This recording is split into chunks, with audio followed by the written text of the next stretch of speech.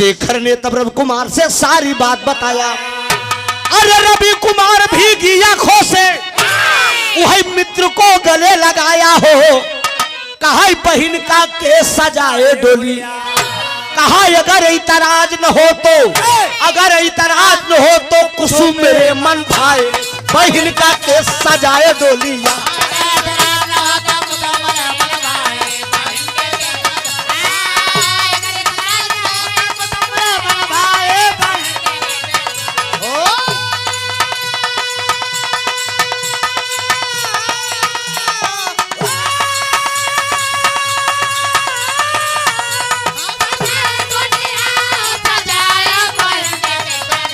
नेता बहुत